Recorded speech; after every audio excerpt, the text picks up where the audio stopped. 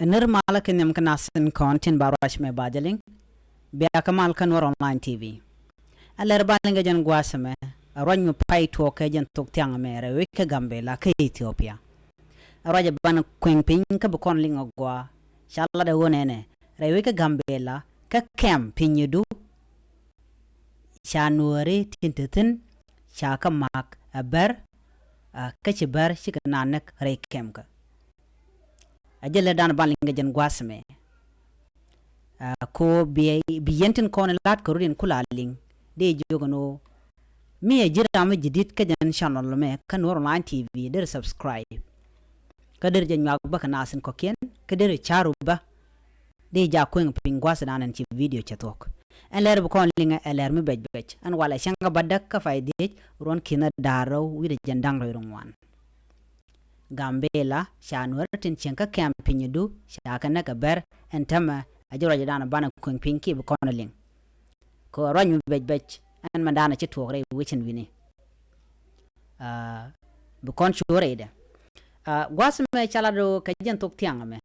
An tok tiang kula right ka kon en tämɛ. Chalado shane diok shaka moy ka bot tidit kredian chalado chinede shop karo shika teslis karoja dan en chalado netin kon tin chara keke. Chalado chinero shika liwon tämɛ. Kan bar tin magna tin mag nuare kem ka pinyidu. Chalado no ka police ne bar tin ta ka genga. Alane tin kon tila de ne bar tin ta ka mach. Akane tin kon tin na kanare kem ka kon kem te ram ta ka maitin edung UN refugee camp. She guas me shit ka dawo nuare na me tin nuare tin alaw take pin UN. Gangane ke kumi Ethiopia re wichin wini. Duno ka jan guas jere ke to ka jeme. Tele me ram chi ka gang. Chalado en go chinero wo to chi ka tes ne tama. Go re jen wo de yen shek en wini. Chikanat shubane re kem ka shirga men chaling. Chalado shika lo jogon tama. Ka chi kuma shaben ka tele mi shalel ban kuma kanitin kon ina bu ne re kem ka. En me kelmi bej. Min ngi je gwano shiraj me chiling tama go re jen wo jen de yen yat ka Gambella Caa Ethiopia ka pinyidu kem. Ko de yen tandan te ka shema ne kon de yen ling. Kon tama ring mi long en pinyidu kem ne de kon de tin chiki Ethiopian ke South Sudanese. Ke South Sudanese tla nuari. En lugo dan lugo ke ber atashi ngamna lero de yuka Gambella nyirin kon tore yuka Gambella kam ber kan nuari. Ko kan ber terampel kana. Mi jin nuari. En gwad bitin be kan yig moy karek.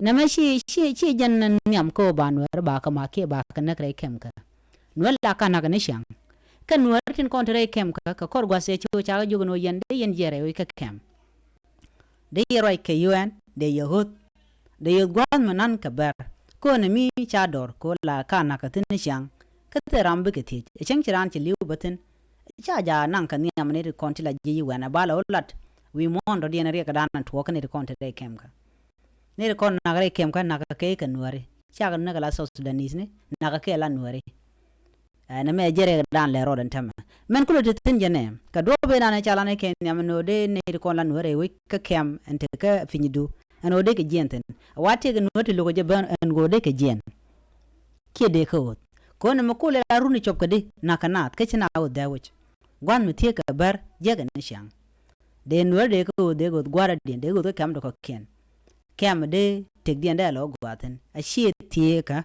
bar ki anyak god dan na ka tin shang ka war kan shang dar na me jen jaslo aje citu kon tama ka jen tok tiang me ka jen shanga badda ka me ka pay de ron kina daro jen dang ro don wan aje le dan de kon diala ling gor jen no be anyak na san ko ken ka yada shang re ka Gambella ka pinyidu kem biaden kon lat ka rodien biaga kule lingten na me jaslo an mi di long shirgamandan en chaling chalad ngo shikum chore kem kan tama la de Ethiopia ko biken na gang kan wode chana chaga tungnak na me jenda na de yen ling mete ga la rodien mi chiben biya jelen ling biya ga mal kan online TV ka biyen tin kono to ka rewi nyore ke gwan tin wartan biyen kaling agwa kelo dien ajen gwadan de kon chongten biya ta mal chuje pro jeno subscribe ke biyen nyana sin ko ken biya ta mal